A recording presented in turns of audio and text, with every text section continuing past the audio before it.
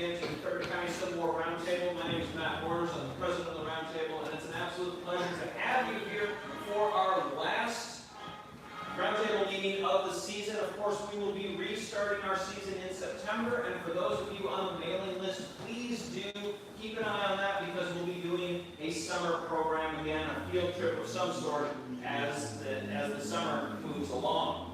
So a couple of brief announcements before we get started. We've got a wonderful speaker for you this evening, but do keep in mind we are into the 160th series.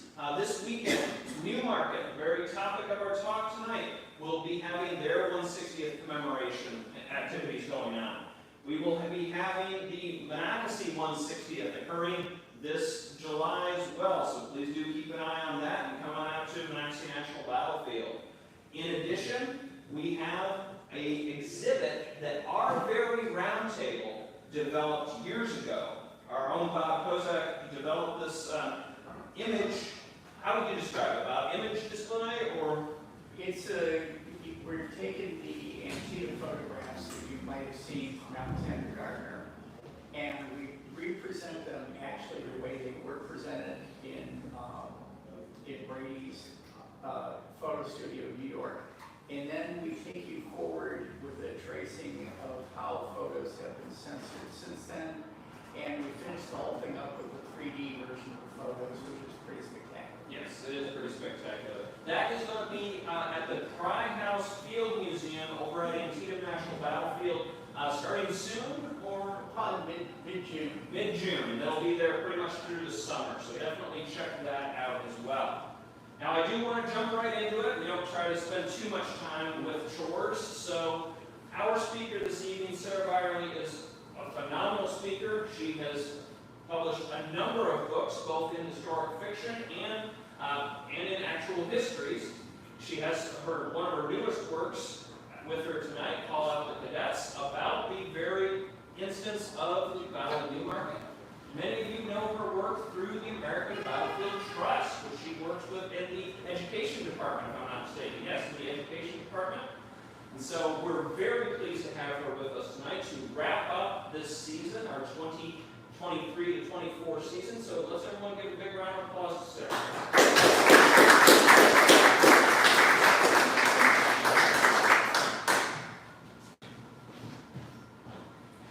Good evening.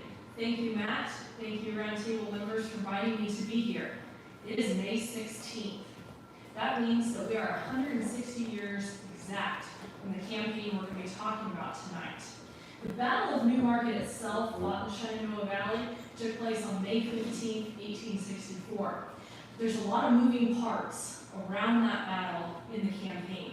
We're going to get into that, and we're going to try to fit the campaign and the battle into the larger picture of what's happening in the Civil War in Virginia and the Civil War in the broader context as well. So, as we jump in, I will warn you, last week my friends were so concerned, they were like, we might have to bleed and blister you. I was pretty sick. So I am well. I am not here to share any germs, just history. But I do have a lingering cough. It is an unfortunate trait in my family. So I have brought a trusty water bottle, and thankfully we have an excellent sound system. But if I have a small cough, I do apologize and ask your indulgence. Well, let's dive into the Newmarket campaign and see where it fits in the year 1864 here. So when we look at the Battle of Newmarket, the May 15th, 1864 fight, there is the traditional interpretation of the battle, and that focuses on the Virginia Military Institute cadets. 257 young men between the ages of 15 and 25 were thrust into combat. They were there as a reserve force. They are put into combat by the Confederate general. They are part of a Confederate charge, and this becomes a very key moment in the memory of these young men. And they are instrumental in writing about the battle. So what, in many ways, is a small-scale or smaller-scale battle fought in the Shenandoah Valley will rise to epic proportions in Civil War memory, a lot because of the experience and the later writings and gatherings of information on behalf of these cadets who fought there. For them, it was a big moment. It was their one moment, in some instances, of the Civil War, and they really sort of capitalize on that and want everybody to know about it and remember it by the time you get to the 1880s, 1890s. We will talk about the Battle of Newmarket that happened on May 15th. But tonight I invite you to join me in an expanded view of the campaign. A view that's going to go beyond the Shenandoah Valley itself and out into the mountains of Western Virginia, which we can properly now call West Virginia by the time we get to our 1864 history, because 1863 West Virginia has become a state. And as we take this sort of expanded view, we have the opportunity to ask, how did the armies actually get to the Newmarket battleground? How did the May 15th Battle of Newmarket fit into the entire campaign and General Ulysses S. Grant's strategy for 1864? There was a lot more happening in that spring, and it's an opportunity to see the Newmarket campaign in connection to other military movements and strategy. I always like to let audiences know where we're going with the conversation. If you're like me and you like to take notes, or you're just wondering how long until we're done and you can go pay for your garage parking, here's what we're going to be doing tonight. We're going to look at the strategic situation. We're going to look at Union General Franz Sigel's orders. We're going to look at Confederate General John C. Breckinridge's problem as he tries to defend a vast area of land. We're going to look at what's sometimes termed the Forgotten Raid, or Crook and Averill's Raid in the spring of 1864, which fits into this campaign. Then we'll look at the movements in the valley. We'll look at a very important request by General Robert E. Lee that arrives and is given to John C. Breckinridge. And we'll look at the battle's outcomes. And if we do it on time, it'll be about 45 minutes, the time for questions. So, 1864, there's a new Union general planning the overall strategy. On March 2nd, the Senate confirms Ulysses S. Grant's nomination and later commissioning as a lieutenant general. Grant is going to start putting together a military strategy that will put pressure on different points of the Confederacy. Part of this is to make inroads, if you will, into the Confederate territory.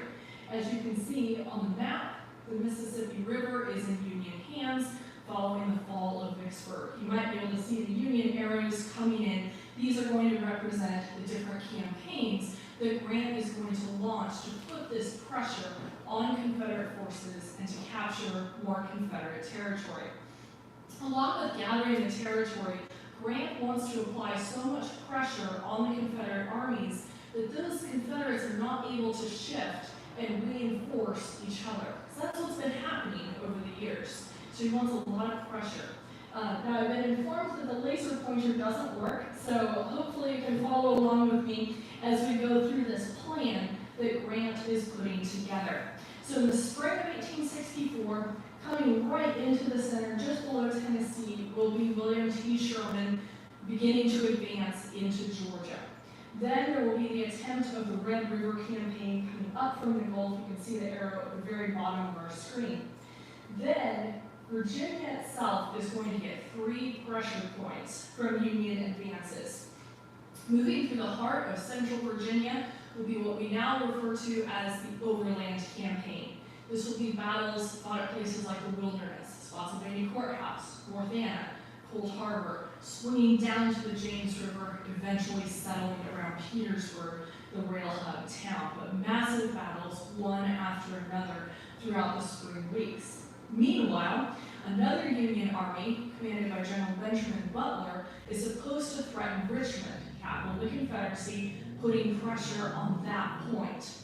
That doesn't go according to plan. We refer to it as the Deep Bottom Campaign, and it pretty much bottoms out. Then, last but certainly not least, in his own opinion, is Franz Sigel, the Union general tasked with taking a Union army into the Shenandoah Valley, a strategic region, fighting the Confederate troops there, ideally preventing them from reinforcing Lee or going to the defense of Richmond. Let's meet Franz Siegel.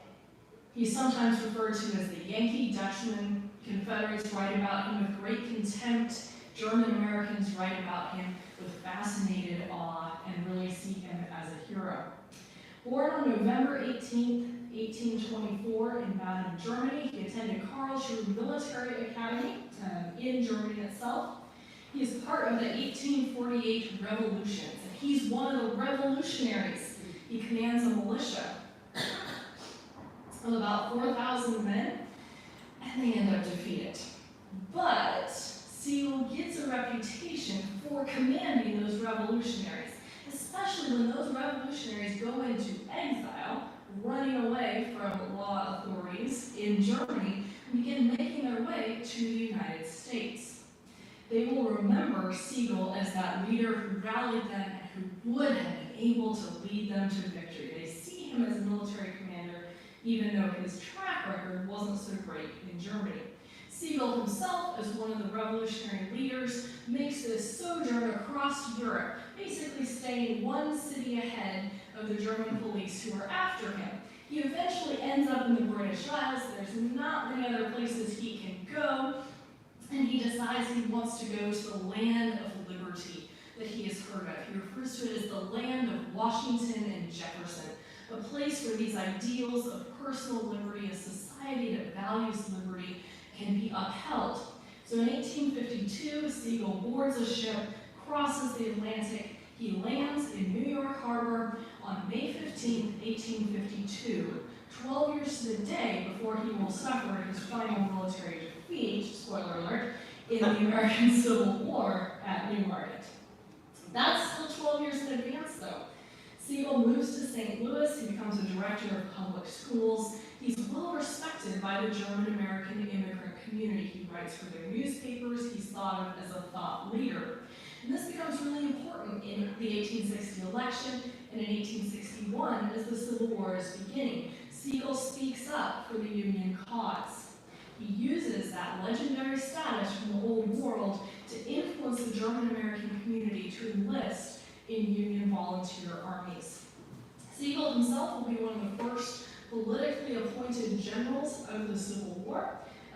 He gets his promotion to brigadier general on August 7, 1861. He's involved in the Battle of Wilson Creek, and he causes a lot of trouble on that battlefield, but he manages to retreat masterfully. This is something that Siegel's really good at. He's really good at two things militarily. He can build and inspire an army, and then he can somehow get a defeated army off a battlefield so those men live to fight another day. These are not talents that are particularly helpful for winning battlefield victories, which should be the goal of a general, but they are some talents, perhaps, at least as some people might see them. In many ways, I think Siegel's a little bit like McClellan. There's definitely some parallels. If you read some of their biographies, you may enjoy looking at that a bit more closely. Moving into 1862, though, with Siegel, in March, he fights at the Battle of Pea Ridge. He commands 2 divisions, and he wins a victory over Confederate General Earl Van Dorn. This leads to Siegel's promotion to Major General on March 21st, 1862. Then Siegel's going to come east. He's had the success. Can he bring a success in Virginia in the eastern theater of the war? Siegel will actually fight in the Shenandoah Valley in 1862. But there's this Confederate guy nicknamed Stonewall who whips a lot of Union troops in the Shenandoah Valley in the spring of 1862, including Franz Siegel. Siegel will fight at the Second Battle of Bull Run, which unfortunately for him associates him with another defeat. He'll take command of the 11th Corps Army of the Potomac and be in command of that corps through March 1863, leaving just in time to avoid the 11th Corps' difficulty and quick retreat during the Battle of Chancellorsville. Siegel inspires troops, German Americans and others under his command. There would be this pride, "I fight mit Siegel," becomes this German American Union soldier phrase. Later, as the 11th Corps falls into some reputation challenges, it becomes I runs Mid-Siegel. Something said jokingly and not very kindly toward the 11th Corps. Siegel's reputation, though, is connected to his German Americanism. This becomes that double-edged sword for him. Because the German American community keeps putting him forward as a hero, but he doesn't have battlefield successes to support this image that they really want to believe is true.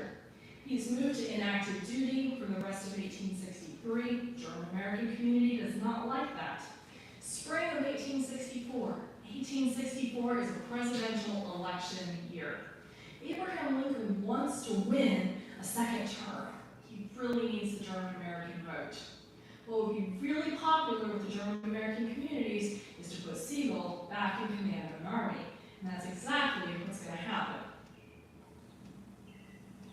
Ulysses S. Grant has his doubts about Siegel being able to carry out the Raleigh campaign, but he is overruled. Siegel will be in command. Now, you know those signs, they're often humorous. They'll say, you had one job. And then it'll be something that should have been easy, but has gone really wrong. Kind of gently in your mind, think of Siegel's role in Grant's overall strategy as Siegel has one job.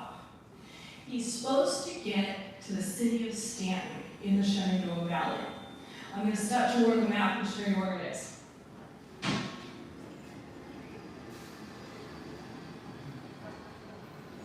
So, he needs to advance through about half, a little more than half of the Shenandoah Valley. But Stanton's really important because it's a railroad town. That railroad connects directly east to Charlottesville, and it connects into the rest of the rail network going to Richmond, capital of the Confederacy.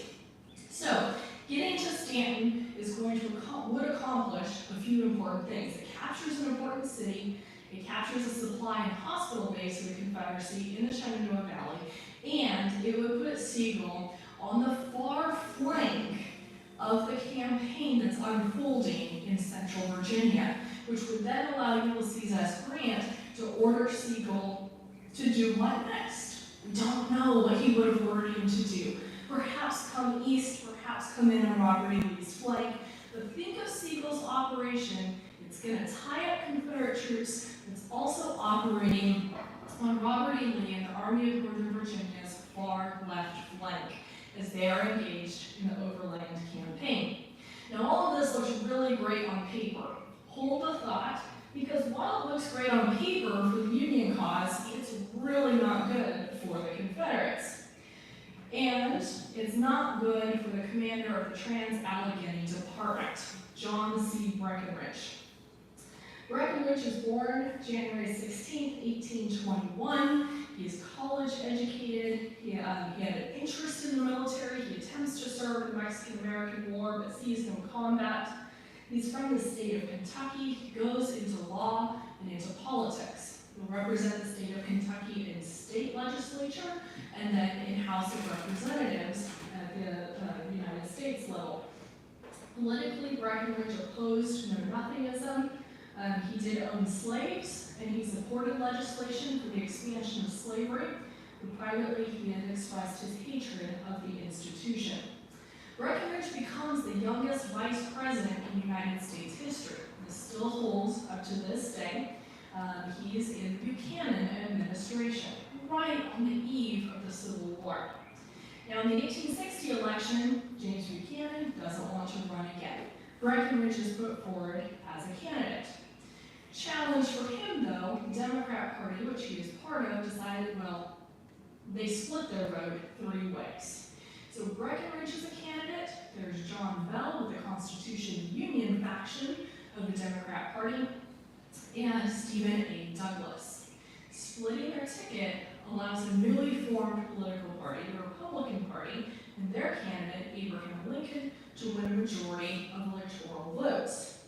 When it comes to the end of the count, Breckinridge got 72 electoral votes, Abraham Lincoln got 180. Here's the fun catch, though, for Breckinridge. He's lost the election, he will not be president, but these are the days when the state still appoints their senators to the United States Senate. The day that Breckinridge steps out of office as vice president, he is going to take an oath and represent Kentucky as a senator in the United States Senate. He's still in Washington, D.C. He's still at the heart of conflict, political conflict. We're all by March of 1861. The secession crisis is already happening. 7 states have declared themselves out of the Union, and there's a lot of tension. What happens next? Breckinridge is sitting in Washington for that, representing a state that says they're neutral. Breckinridge becomes a guy sitting in the Senate who everybody hates. He's not able to join one side, he's not able to leave and declare himself in secession, or, leave like other senators have done. He is there, he is taking a lot of heat. Summer comes around, recess for Congress. Through a series of events, including his son's decision to run off and join the Confederacy, there's a lot of suspicion on the senator from neutral Kentucky. When he ends up at the wrong picnic at the wrong time with certain things being said, there's a lot of doubt about his loyalties. You might be able to see the image in the center. It is a sketch, and across it says traitor. That's eventually what it's going to come to. And Breckinridge realizes that he is either going to spend some time in a federal prison until they can figure out what to do with him, or he's going to follow the footsteps of his eldest son and join the Confederacy. He decides to join the Confederacy. He will take command of the Orphan Brigade, which is comprised of regiments of men from Kentucky. They refer to them as the Orphan Brigade because their mother state refuses to join the Confederacy. So poor guys, they are orphans. They are not literally orphans with no mothers and fathers. I thought that when I was about probably 15 or so until I read a little bit more. Breckinridge, though, is going to have a fairly impressive military list of battles. He fights at Shiloh, at Baton Rouge, at Stones River, Jackson, Mississippi, Chickamauga, Missionary Ridge. At Missionary Ridge in November 1863, his eldest son is captured. That son will later be exchanged in the spring of 1864. Then, like many Confederate generals, Breckinridge gets in conflict with General Braxton Bragg. Everybody's favorite general in the Western Theater. The guy who picks fights and manages complaints with so many different generals. So, to relieve the situation, Breckinridge is pulled into the Eastern Theater. He's given command of the Trans-Allegheny Department in March 1864. This is a vast tract of land that covers the Shenandoah Valley, parts of West Virginia that the Confederacy is still claiming, down through Southwest Virginia, out toward Kentucky. A vast mountainous region, and he has about 5,000 men to defend the whole territory. He's out of Bragg's circle of influence in the Western Theater, but he has a very unenviable task, especially with the new plan that Grant is putting together. On May 1st, 1864, General Robert E. Lee sends a message to General Breckinridge, and I think reading it helps us kind of set where this campaign is going. May 1st, 1864, General, I gather from the reports of scouts recently from the valley, Shenandoah Valley, that Averill, Union General, has set out on an expedition, the design of which is either to reach some point on the Virginia and Tennessee Railroad or to effect the capture of Stanton. The general impression is that he will pursue the route which he took on his last raid. It was a raid that happened in December. I think it would be well to have everything prepared to meet him, and in conjunction with General Imboden, to destroy him if possible. The enemy will probably make a diversion from the Kanawha Valley in West Virginia to keep your forces occupied while he accomplishes his main design. I am inclined to think it is his object to move on Stanton. If so, you might move against his line of communications while Imboden holds him in front, or concoct some other plan of defeating him. These movements in the Western Department will probably be simultaneous with the attack by Grant here, who's recently been reinforced by Burnside's army from Annapolis, so it will impossible to send reinforcements to the valley from this army. I have instructed General Bowden to communicate with you. A late report from a citizen places General Siegel at Martinsburg, but this conflicts with former reports. I am very respectfully your obedient servant, Robert E. Lee. Lee makes some really good guesses about what's going to unfold, what Grant wants to unfold in the valley, and moving through West Virginia, targeting the Virginia and Tennessee Railroad in the southwestern part of the state. Now, on that same day, Franz Sigel sends a message to Lieutenant General Grant from Bunker Hill. He says, May 1st, 1864. He starts off by forwarding a dispatch of information from Union Cavalry Commander Crook, detailing the progress of his cavalry raid, which we'll talk about in a moment. Then Sigel says, I have no positive information yet whether a large force of the enemy is in the Shenandoah Valley. From all reports received, I believe there is not. McNeil and Bowden with 1,000 men and Rosser with 2,000, those are cavalry, are near Front Royal and Woodstock. Their pickets at Cedar Creek and their scouts at Winchester. General Elzey, Sigel doesn't know that Breckinridge is the new commander in the department. He's referring to an old commander. General Elzey is probably moved from Stanton to Woodstock with about 3,000 or 4,000 infantry and artillery. We will occupy Winchester today with all our forces, consisting of about 4,000 infantry, 1,000 cavalry, and 3 batteries, and push our advance toward Cedar Creek. Sigel doesn't have as much information as he wants to think he does. He's right, there's just cavalry in the northern portion of the Shenandoah Valley. He doesn't know that Breckinridge is in command. He doesn't realize Breckinridge does not have infantry and artillery to send against him on May 1st, 1864. The cavalry raid that Sigel refers to is taking place further to the west. Part of our cast of characters on the Union side is George Crook. He's on the left-hand side of the screen. Definitely a top contender for some of the most bushy facial hair of the Civil War. He's born in 1828, graduates from West Point in 1852, spent time out in California and Oregon fighting Native American tribes prior to the war. This type of warfare helps him realize how to use mountainous terrain for military advantage. So Crook fighting in the mountains of western Virginia is a really good place for him to be. In 1861, he becomes colonel of the 36th Ohio Infantry. He'll fight in that West Virginia area.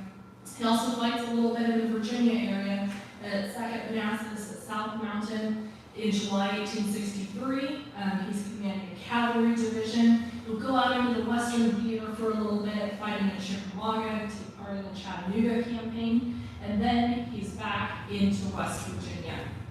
Is the sound okay? Okay, it must just be from my perspective that it sounds like something's going on. He's back in West Virginia.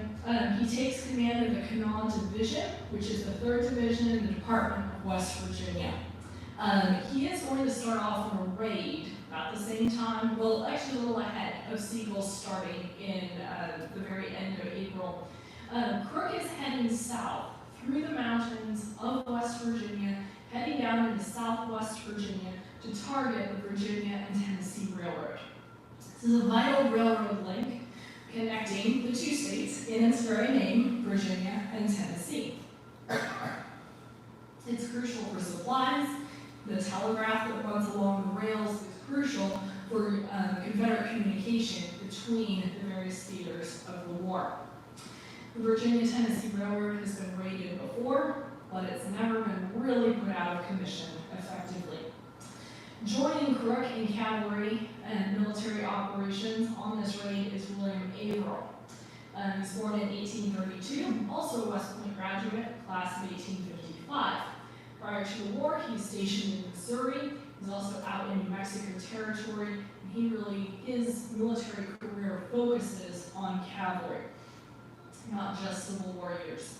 He'll fight in the Peninsula, 7 Days Battle. He'll start effectively chasing Jeb Stuart During the 1862 Chambersburg Raid, will fight at Kelly's Ford and Stoneman's Raid, part of the coming of age of the Union cavalry in the East. And in 1863, December, he had launched a raid on the Virginia and Tennessee Railroad. In the spring of 1864, Averill's going to target Saltville, which is a community out in the mountains that is producing salt for the Confederacy. It's a fascinating operation. Different states have different salt production because they're in the states' rights mindset. Everyone has their own salt kettles and salt boiling. And it's this fascinating operation because salt is essential for food preservation, and it's something the Confederacy lacks, so they've set up a semi-industrial operation in the mountains at this place called Saltville. Targeting it would be targeting a key war resource for the Confederates. Now, to go up against Crook and Averill, there are a handful of different Confederate commanders. I'm going to highlight John McCausland and Albert Jenkins. McCausland grows up in Western Virginia. He's orphaned, grows up in that area. He goes to Virginia Military Institute, graduates in 1857, teaches at VMI. When the Civil War begins, he's a colonel of the 36th Virginia. He operates kind of on the edge of eastern and western theaters of the war. He's at Fort Donelson in February 1862, but escapes capture when those forts fall to Ulysses S. Grant. And then in 62 through the beginning of 1864, McCausland is involved in a lot of the partisan raids, particularly in southwest Virginia. He has a bit of a home ground advantage, and his nickname is Tiger John. Albert Jenkins, he is a politician. He graduated from Jefferson College and Harvard Law School. He's politically involved, elected to the United States Congress, but resigns his seat during the secession crisis. He raises the 8th Virginia Cavalry out in Western Virginia. Then he's elected to the Confederate Congress. So if you want to be a politician, you're going to be a cavalry general. Bit of tension. He's involved with raiding in the West Virginia area into Ohio. His brigade will take part in the Gettysburg campaign, that continues to operate in the West Virginia area. So these are some names that will come up in the next couple of minutes. Now, Crook and Averill are going to split their commands. They have different objectives as they're heading south. Remember, Crook is heading for the Virginia-Tennessee Railroad specifically, Averill specifically heading for Saltville. Of course, destroying any infrastructure, supplies, all of that is welcome from their perspective and fits into their ideas. So they're going to split their commands. Averill will move from Charleston, West Virginia, circled in blue, and move to Saltville, and then he's supposed to go north to Stanton. So Saltville is, I'm looking at my screen here because I don't want to mislead you. All right. Yes. So to help you, well, we'll do it by description here. So Charleston, he's going to go all the way down to our red circle in the bottom left corner, and then he's going to swing up through part of the Shenandoah Valley and go to Stanton, which is the red circle toward the top of the screen. Meanwhile, Crook is going to leave Charleston, circled in blue. He's going to head toward New Bern, which is the furthest red oval here to the right, and then continue making his way to Stanton.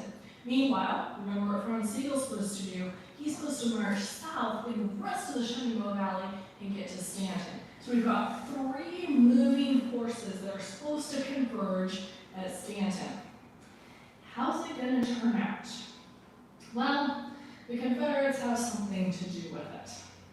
There's the Battle of Cloyd's Mountain that takes place on May 9, 1864 in Pulaski County, Virginia, near the village of Dublin. Here, the Confederates are going to make a stand. It's going to be a run-in between Crook's forces of about 6,000 men and Albert Jenkins with about 2,800 men. You can see the Battle of Cloyd's Mountain marked on the upper left of the screen. The battle lasts about 1 hour, but the Union force loses about 10% of their troops as casualties. Two future presidents fight at this battle, Rutherford B. Hayes and William McKinley. The results are generally ruled as a Union victory, since Crook's cavalry regiments continue on and attack their objective on the Virginia and Tennessee Railroad. If you follow the arrows running down from Floyd's Mountain, you will see that they run into the railroad, and then they're going to turn east, or to the right on the screen. You'll see they wreck parts of the railroad at Dublin, then they're going to turn east and head toward New River Depot. At New River, there's a very key bridge crossing the uninspiredly named New River, but it's an important railroad bridge. And Crook and his men are able to destroy that bridge at New River on May 10th. Looks like a great victory. Spoiler alert, the Confederates rebuild it within a month. Meanwhile, though, Averill has run into some battle of his own on May 10th. He'll fight the Battle of Cove Mountain near Wytheville, which is a little further to the east. One of the Confederate generals coming up against him at that Battle of Cove Mountain will be John Hunt Morgan, who is headed east to help counter and push Averill away from attacking and threatening Saltville. Morgan's defense, if you will, just his presence in that area, is going to guard Saltville, forcing Averill to alter his route. Averill, though, does reach the Virginia and Tennessee Railroad. Here's some pictures from Cloyd's Mountain battlefield as it appears today. And some photos from the train station that is standing at Dublin and a view of New River. Well, the Union cavalry has successfully reached the railroad, but are they going to be able to head to Stanton? That is the next question that awaits them. So, plans have been altered because of Confederate movements, and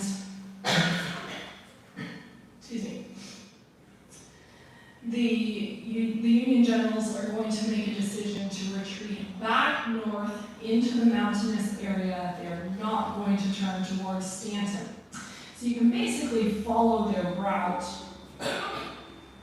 moving from Dublin, which is our lowest blue circle, and then following the line up toward the top of the screen as they retreat. So joining together, they will meet around Dublin on May 11th. May 12th, they're going to ford at New River by noon on, then they're going to head further north to Christiansburg. May 13th, they'll pass through Blacksburg, then Mountain Gap, there's a skirmish. They will return to Union, which is our top circle there, on May 15th, the day that the Battle of Newmarket is unfolding in the Shenandoah Valley. They've covered a great deal of distance. They have wrecked the Virginia and Tennessee Railroad. They've pulled troops out of other theaters to help defend Saltville, but the guys have not made it to Stanton, and they have pulled out of a threatening posture to the Confederates in Southwest Virginia.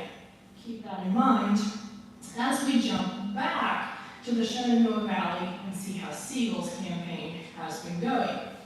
Sigel starts off well. May 29th, he leaves Martinsburg, West Virginia,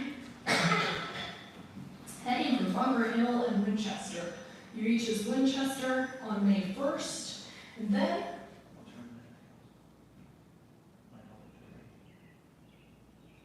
got it. Thanks so much. Still good? All right, awesome. All right.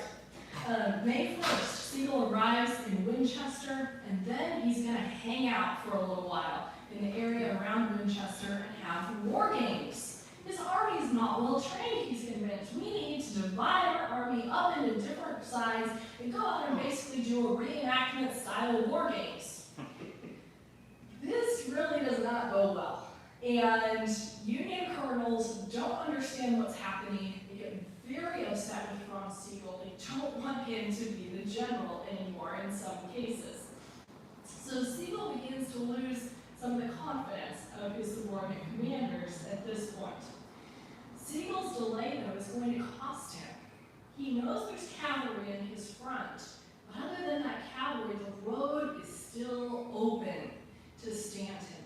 The road is open till Stanton until May 8th, 1864.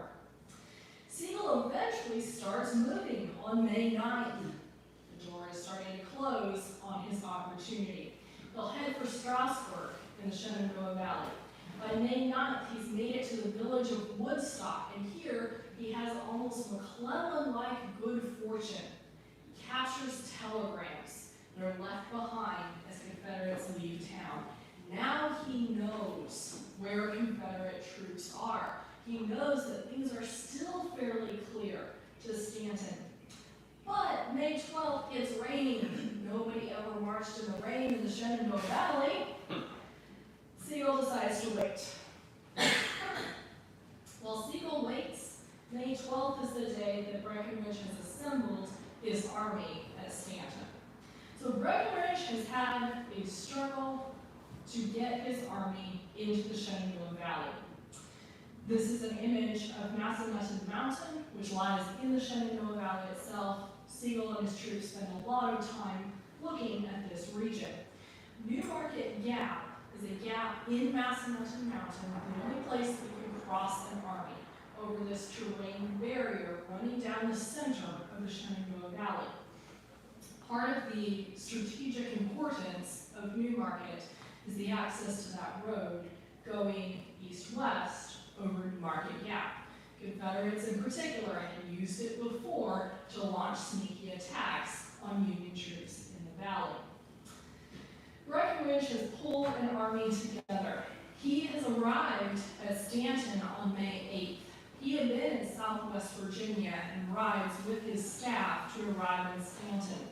He has left orders for 2 of his brigades to join him.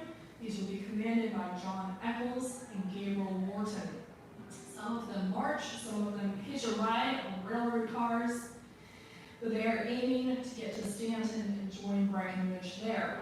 On May 10th, Breckinridge is worried that he will not have enough troops, and he sends a message to Virginia Military Institute asking that the Corps of Cadets join him as reserves, following up on an offer that had been sent by their superintendent earlier in the spring.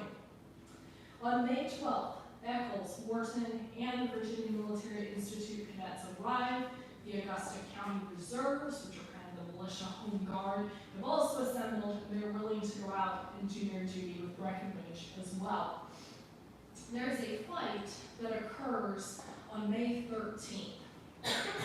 Sigel sends out a cavalry detachment to the eastern side of Massanutten Mountain. He wants to make sure that no Confederates are coming to sneak up on him. That cavalry detachment will ride up into New Market Gap, looking out to the west, looking over the village of New Market to see what they can see. They see troops down below, and their colonel, colonel in command of the detachment, Colonel Boyd, decides, let's ride down, there are friends. Others of his officers have their doubts. It was good that they doubted, but the cavalry column had been started down the mountain, and about the time they get down the mountain, the front of the column that is, they run into Confederate cavalry and artillery that is set up at the base of the mountain and along a body of water called Smith Creek. You can see that in the lower portion of the map, perhaps the May 13th engagement. This is going to send the Union cavalry back up Massanutten Mountain. Great confusion reigns. They will eventually make their way back to Sigel with a very unfavorable report. On May 14th, though, Sigel has detached about a brigade-size unit, put it under command of Colonel Augustus Moore, and sent them marching south. They will reach Mount Jackson and cross the Shenandoah River by bridge there, and then begin fighting Confederate cavalry as they continue advancing south toward New Market. Confederate cavalry uses tactics, uses the terrain for their delaying tactics, almost similar to what John Buford does at the Battle of Gettysburg in July 1863. General Imboden, Confederate cavalry commander, is buying time. because he knows that Breckinridge's army is on the march north, and he wants to secure a battle position for Breckinridge. And that's what he does. As May 14th comes to its close, the Confederate cavalry gives up the village of Newmarket. They hold a key piece of high ground called Shirley's Hill, which sits just to the southwest of the town. And Bowdoin will hold on to that piece of ground, and he's sending messengers to Breckinridge saying, we have ground, how quickly can you come up? This is the defensive position between here and Harrisburg. So, Bowdoin is really setting up a battle terrain for the Battle of May 15th, 1864, the Battle of Newmarket.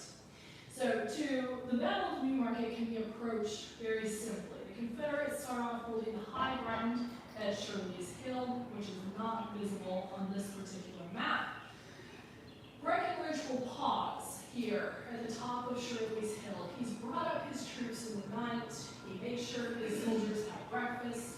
He plays a game up on the top of the hill, shuffling troops around, letting the Union skirmishers below count. Union soldiers will vastly inflate the number of troops in Breckinridge's army, partly because of his deceptive game on the morning of May 15th. The Union has a skirmish line. They've got the equivalent of a brigade out there. They have artillery supports. But Sigel and the rest of the Union Army are 20 miles away or strung out along the road. Breckinridge has his full force up. Sigel has troops strung over the road for a good many miles.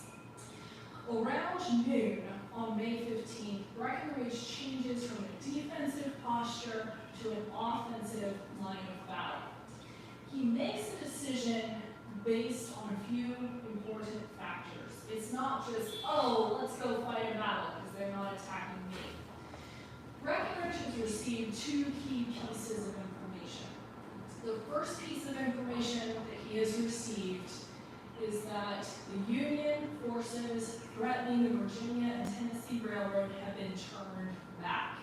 Crook and Averill are retreating back into West Virginia. They are not threatening a key strategic point in his department any longer. He has also received a telegram that's dated May 14th. It's from Robert E. Lee, who's fighting the battles around Spotsylvania Courthouse. And Robert E. Lee says, you need to push Sigel out of the valley and come to reinforce me. Now objectives are starting to change, and Breckinridge makes a decision based on the new information he has received. Now he needs to push Sigel into a retreat. He doesn't just have to hold Sigel anymore. He needs to defeat Sigel so that the majority of this Confederate force can reinforce Lee in the Overland campaign. With this in mind, Breckinridge is going to stack his infantry into essentially a long line of battle. He'll keep the Virginia Military Institute cadets in reserve. He'll put the majority of artillery on his right side of the flank. Around noon, we think, Breckinridge orders his advance. There's fighting that happens along the way. I think it's really hard to put any battle into a map that's trying to show us one moment of a fight, but I find the Battle of Newmarket especially hard to put on maps because it's a very moving battle. The Confederates are going to push the Union troops out of three positions, three defensive Union positions. First, the Union position on Manners Hill. They'll retreat from there to River Road position. They will retreat from there to the Bushong Hill lines. The Bushong lines are on the map here. You can see the Confederate line here at the lower part of the map. You can see the Union line up above. Sigel does arrive probably around the time that Breckinridge begins his advance. A staff officer recalls Sigel arriving around lunchtime, so probably around midday, possibly about the time that Breckinridge begins his advance. Sigel does bring troops with him. I hesitate to call them fresh troops because they've just marched many miles. But they are troops that have not yet engaged in this battle, and he will set up this new defensive line. Breckinridge's infantry is stretched thin, though. His cavalry is taken temporarily out of commission by flooding waters of Smooth Creek. and Union infantry are launching disjointed attacks toward the Confederate line. The gap opens up near the center of Breckinridge's line, near the buildings of the Bashan farm. He has to make a decision how to fill the gap in his stretched line. Do you put in the Augusta County Reserves, who are not a trained military force, or do you put in the Virginia Military Institute Corps of Cadets? He decides to put in the cadets. The order as it is recalled in the history books is put in the boys, and may God forgive me for the Lord. The cadets will take their place in Breckinridge's battle line and fight there. Confederate troops are beginning to realize across Breckinridge's line that their best chance is to advance forward. There are regiments beginning to make advances toward Union guns. And as the Confederate line is starting to lurch forward, the cadets will make a charge of their own as well, dashing across a low, muddy wheat field and capturing one gun from Captain von Kleiser's Union battery. The Confederate advance pushes Sigel and his Union Army into their final retreat. They will begin their 5-mile retreat toward the bridge over the Shenandoah River at Mount Jackson. A Union artillery battery commanded by Captain Henry DuPont comes to their aid, helping to cover the retreat for the Union Army. The Union Army masterfully, remember those masterful retreats, gets across the river and the bridge is burned after them, preventing the Confederates from further pursuing. Breckinridge holds the battlefield. He has won a small victory in the sense that Sigel is in retreat. Breckinridge can now shift gears and begin sending troops toward Robert E. Lee. Hopefully having the map on the screen was helpful as we describe the overview. I want to show you some photos from the area that we've described. So this is the view from the top of Shirley's Hill as it looks today. Of course, in 1864, you have to imagine the way that beautiful intersection of Highway 81. You can spot Newmarket Gap to the right of the photo, but imagine this view, imagine it cloudy, Union troops down on the Manners Hill, which is in the vicinity off to the left, but in the area where the freeway is. So this is where Breckinridge is when the battle begins. This is the bridge, the modern bridge, a metal bridge that would not burn easily over the river at Mount Jackson. You can see the Shenandoah River, and Sigel makes his escape. Sigel is very distraught. He knows that he has lost the battle. He makes a statement. He wishes he had died on the field rather than suffer the shame of this defeat. He's quite distressed by what's happening, and not distressed enough to the next day start sending off some messages, letting his superior officers know how much bigger that Confederate army was, and starting to make some excuses for his defeat at Newmarket and his inability to reach Stanton. Unsurprisingly, Sigel is removed from command after the Battle of Newmarket. He does not hold another military command during the Civil War, but he goes on to be his life is not defined by his military challenges, shall we say. He goes on to be a successful publisher. He is still very revered by the German American community for the rest of his life. John Breckinridge has secured a Confederate victory. He is able to take a portion of his infantry and artillery to the east, joining Robert E. Lee in time to be effective as fighting forces around Topography Creek in the Battle of Cold Harbor at the beginning of June. He has accomplished his objective in getting Union troops temporarily delayed in his department and then being able to follow the new orders that Robert E. Lee had sent him. So why does the Newmarket campaign matter?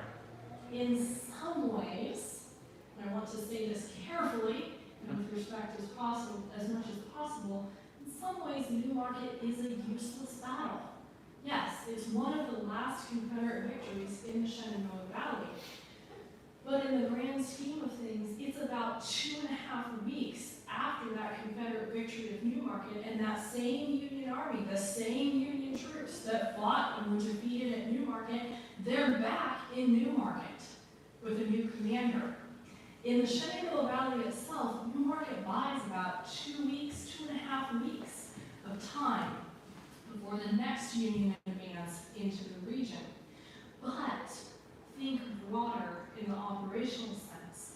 Newmarket and the campaign out there is happening on that far, think of it as an extended flank of Confederate forces in Virginia.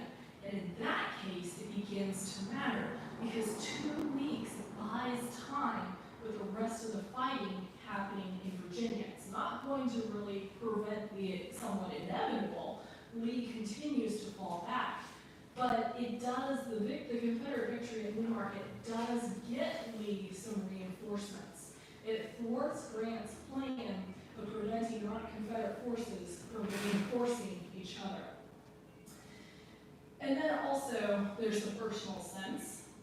To the men who fought at Newmarket, whether they're Virginia Military Institute Corps of Cadets, men from Massachusetts, Ohio, Pennsylvania, Virginia, this was a battle that mattered to them. Yes, it was a small fight, perhaps, in the grander scheme of things, but on May 15, 1864, that was a battle that mattered intensely to them.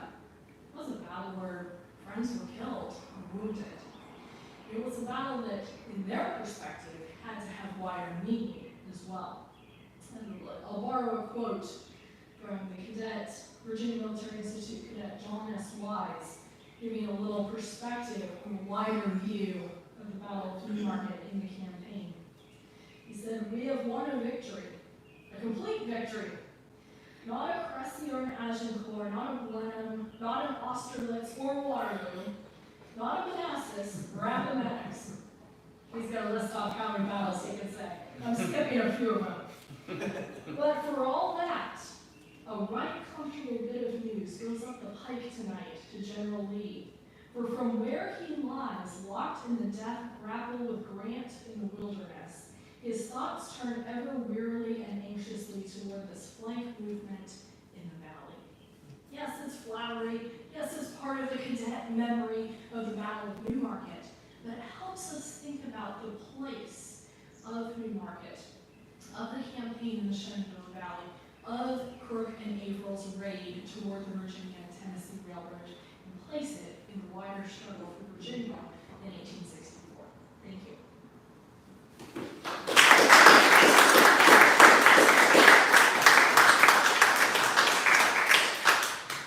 Do we have time for questions? Absolutely. All right.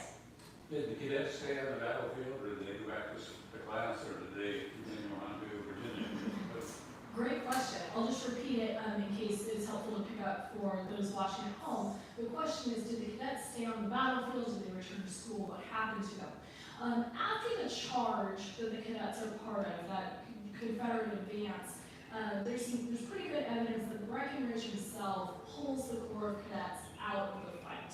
He doesn't let them continue on with the rest of the Confederate advance as they are attempting to pursue Sewell to the river. So, pulled out of that pursuit, the cadets begin to recross the battlefield, and this is where they come across a lot of their wounded and dead comrades. There's some pretty strong descriptions of what they saw and their feelings when they encountered the cost of war.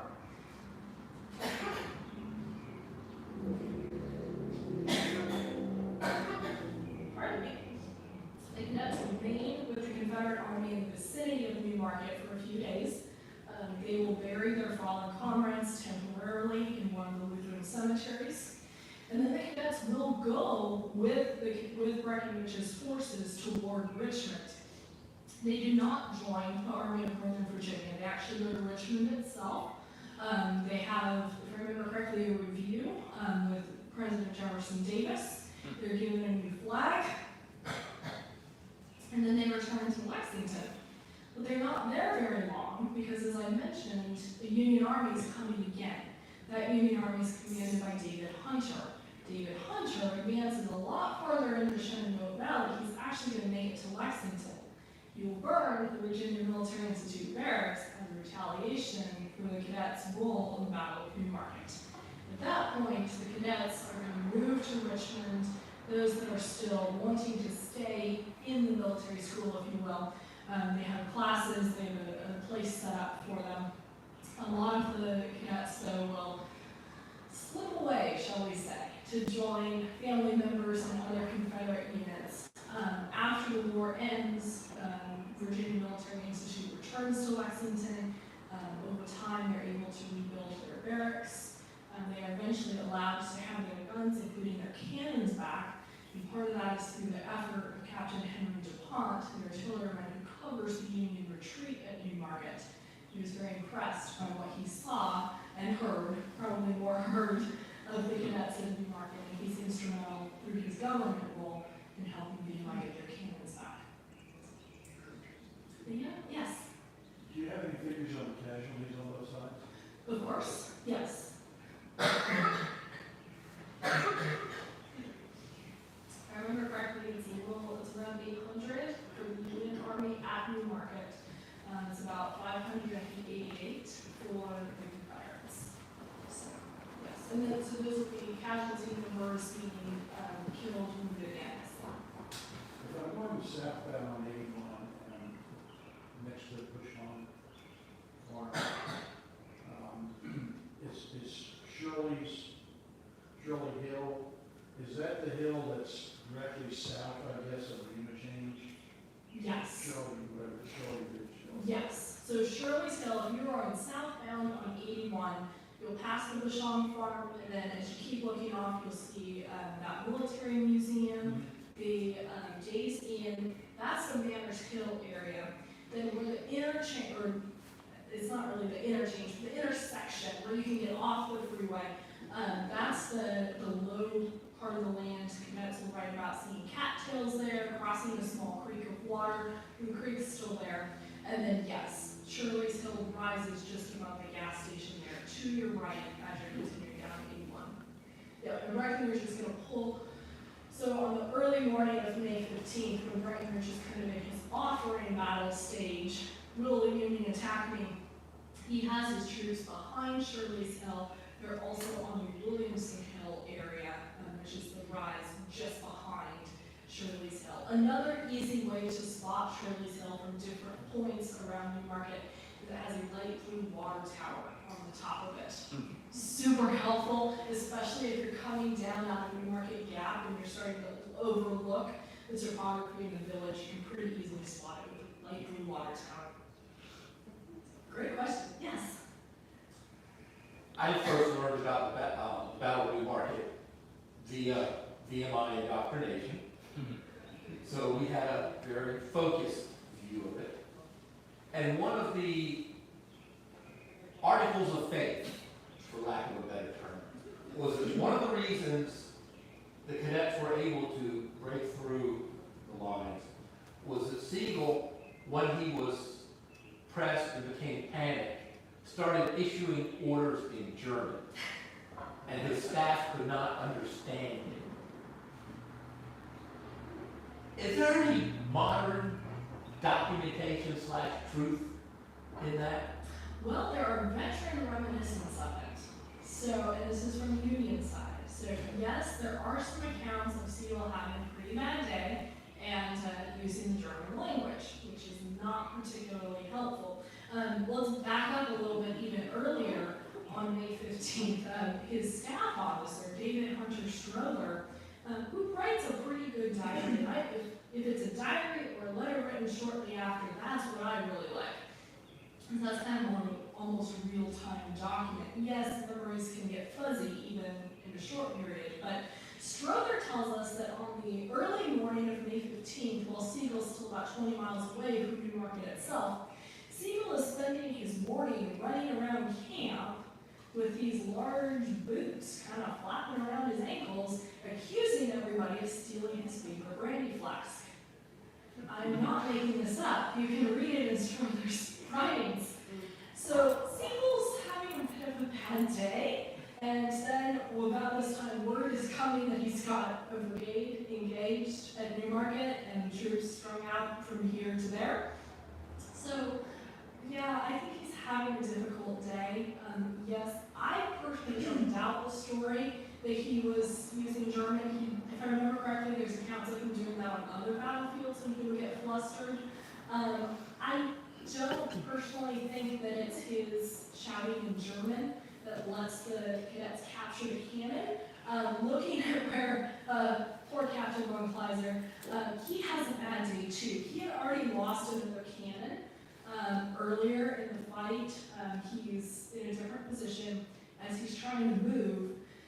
There's an account of a large rock or stone getting caught in the undercarriage either of the cannon. They can't get it out, and it's like sparking as they're trying to drag it along the road.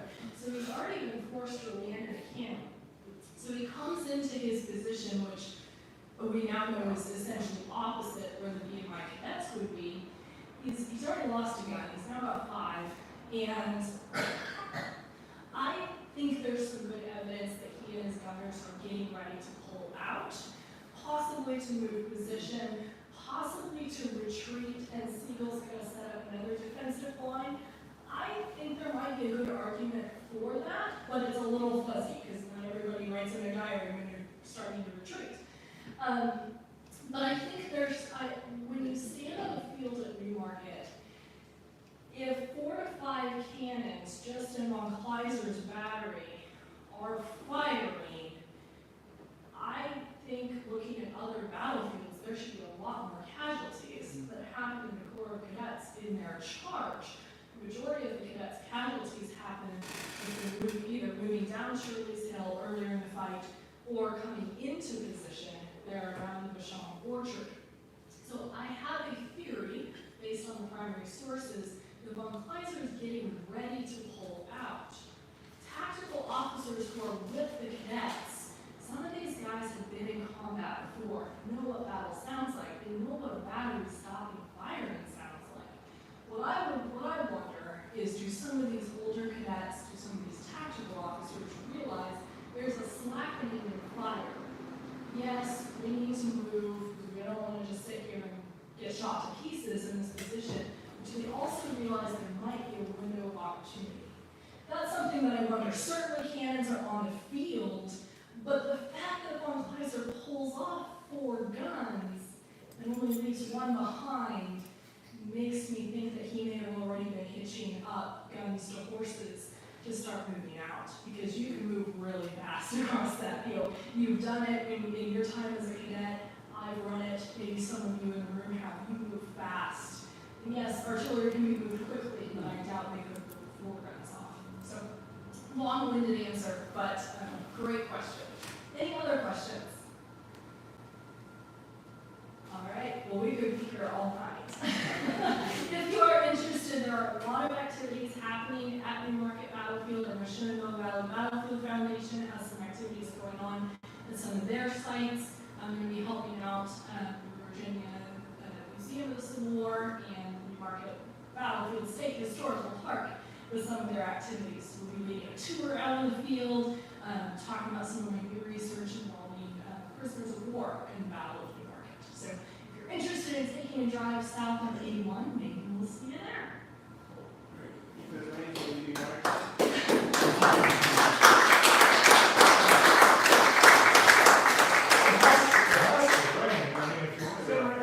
Again, thank you very much for joining us for the season finale of this season of the Frederick County Civil War Roundtable. It's a pleasure, as always, having you guys with us. Sarah, again, thank you very much for a wonderful presentation. Keep an eye out on your email list. For our email list, excuse me. We will be sending out information in regards to next season's speakers very soon. We've got pretty much everybody confirmed now. And of course, we will be doing our summer field trip. So again, thank you everyone for joining us. Sarah has books in the back if anyone's interested. You have a very safe summer. We'll talk to you soon.